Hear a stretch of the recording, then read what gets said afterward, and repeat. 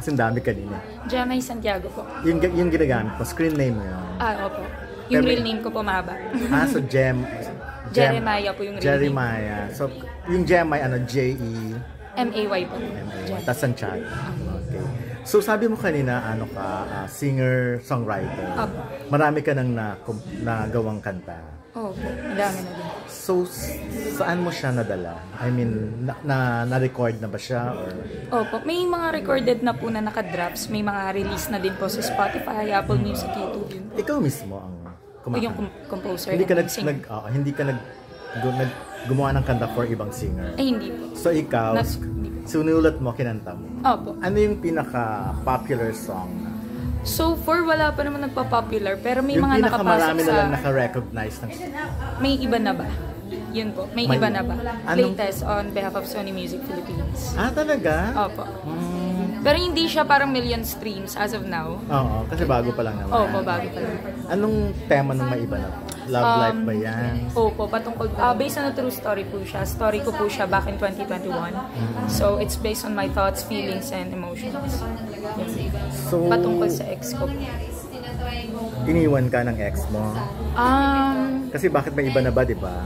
Ano siya more on... Actually, pinalabas yun sa CNN News nung in-interview nila ako doon. Yung naging sagot ko doon is, in total confusion po pala ako. Naakala ko may iba kasi rather than showing the actual love na dapat deserve ko, bare minimum na lang yung nabibigay. Minsan hindi pa bare minimum. So parang hinanap ko na deserving ba talaga ako na magstay pa dito sa relasyon na to or baka may iba na. Gano'ng katagal ba yung relasyon na yan? 4 na taon po. So, give up mo? O siya nag-give up? Parehas din po kami. Napag-usapan naman po ng maayos. So, in good terms naman po kami na naghiwalay. And, napakinggan niya din po yung kanta. Okay. Pero dito sa... First, ano talaga yung dream mo? Second, ano yung ginagawa mong content dito sa House of Color? Okay. Ano muna yung dream mo? Gusto mo maging singer talaga? That's a good question. I've always dreamed of being a pilot. A pilot? Yeah, or taking law. A lawyer? Yeah, a lawyer. So, ang layo sa lahat ng ginagawa mo ngayon? Opo.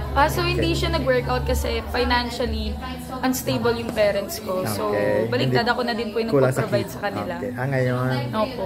So, erase na yung dream na yon, pagiging pilot and lawyer. So itutuloy mo pa rin? Opo. Siguro pag na talaga kaya na ng budget. As of now, parang nagkaroon ako ng choice na mamili sa dalawa if either mag-aral ako. Kasi meron naman po akong tita na willing na pag-aralin ako sa yung pinsan ko. Pero, but for you kasi nag-enjoy ka sa pagiging content creator. So, I'm super passionate about what I do po talaga. Ayun nga, so anong content mo? Anong ginagawa? Yung content ko more on speaking, comedy, and music. And then I do dancing as well din. Pero more on yung music talaga. So may music po talaga. Pero na-experience mo mag-join sa mga singing contest or... Battle of the Bands. Battle of the... So anong genre mo mga... Fluid naman po ako with any, pero as of now, yung pinaka-trademark ko is R&B po. R&B. So, parang babaeng-babae ang R&B. Ay, actually hindi po. Hindi naman? Hindi naman po. So, hindi band, hindi maingay ang type kahit saan naman po. Kahit saan naman po siya pwede. Hindi hugot songs. Actually, pansexual po ako eh. Yun nga. So, daming revelation dito.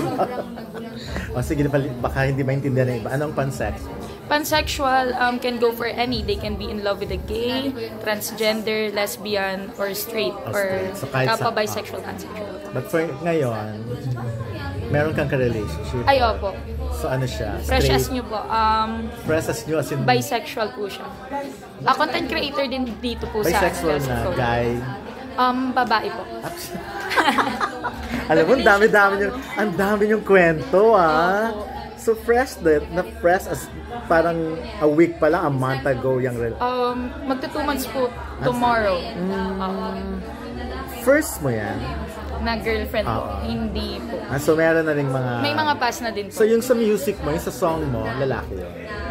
Girl din po. Yun po yung 4 na taon ko. Thai Japanese siya and vlogger po kami before mag-start. Anong vlog nyo dati? Dalawa kayo Yeah, more on love team po, mga kilig-kilig, ganun po.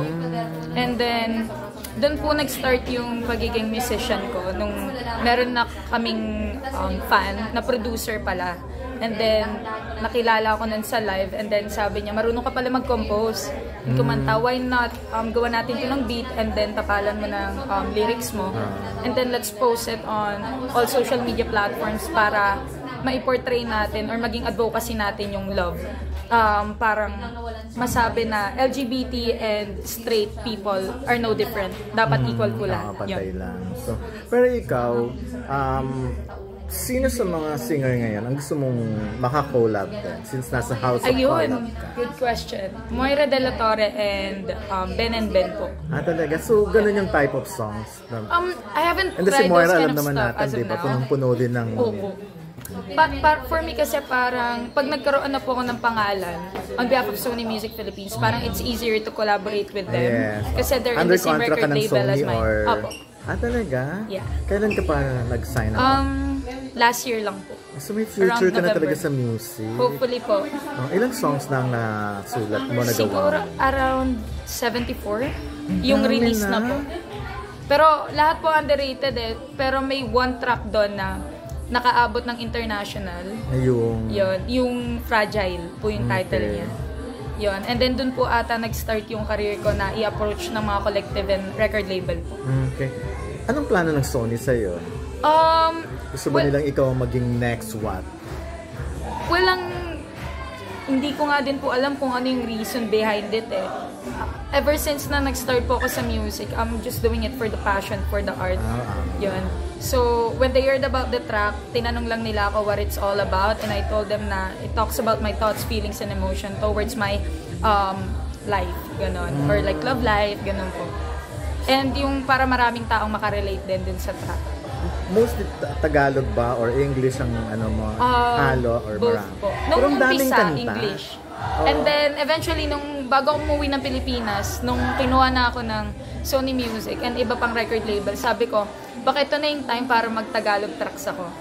Para makakuha din naman ako ng audience dito sa Philippines and masupport nila ako pabalik ng international. Because saan ka talaga naka-base dati?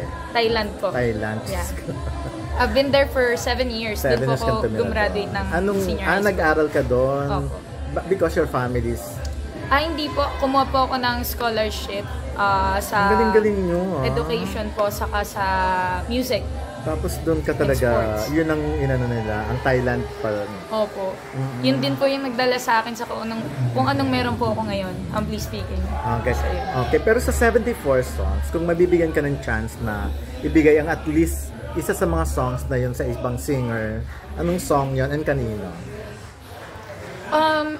They Know Nothing, yung title. They Know Nothing. Yung track po. And para kanino sana? Kung mabibigyan ka ng chance. Sa singer po? Oo, like sila Ogie Alcacid naman, singer-composer sila, di ba? I'd say Justin Bieber. Ang taas naman I mean, sabi nila wala daw masamang mangarap, pero ano lang siguro, as an example, kasi wala po akong makita. Dito, walang bagay dun sa They Know Nothing. Hindi ko pa po kasi ano bang beat niyan? R&B din po So paano parinig ng konting-konti lang? Original song mo naman yan. Opo. Baby, they don't know what I have been through. You're the only one who's there for me too. When I think skies are dark, you make them blue. Ganun po. Ang galing naman. So naisip mong meron kang katunog? Katunog? Merong parang parehas kayo ng dating? Sa ngayon po parang wala pa po. Wala pa. Inaanap ko pa din po yung sarili ko sa music. Not even Tandingan. Masyado pong mataas yun. Maganda po talaga boss nun. Parang may konting may konting dating na gano'n. Similarity. Oo, may similarity. So last na lang, anong pinaka-dream mo ulit maging, bukod sa pagiging lawyer, of course, baka yung medyo mas malapit lang sa kung anong career meron ka ngayon. You want to be the number one content creator in the Philippines? Good question. Never ko pong inangad na maging number one sa lahat. Ang gusto ko lang po is ma-acknowledge with the crafts that I do. Since, as a content creator, dito sa loob pa lang ng mansion, iba-iba kami ng mga crafts So for me, gusto ko mag-outstand sa isang bagay na, alam mo yon, na kaya kong maituro sa iba. And yun, ganun po. Bongga. And hopefully, manalo po ng 1 million dito. Yun as a ang jack number. of all trades. Siyempre, for now, yun muna ang target mo. Opo. Dahil 1 million is 1 million. Totoo po.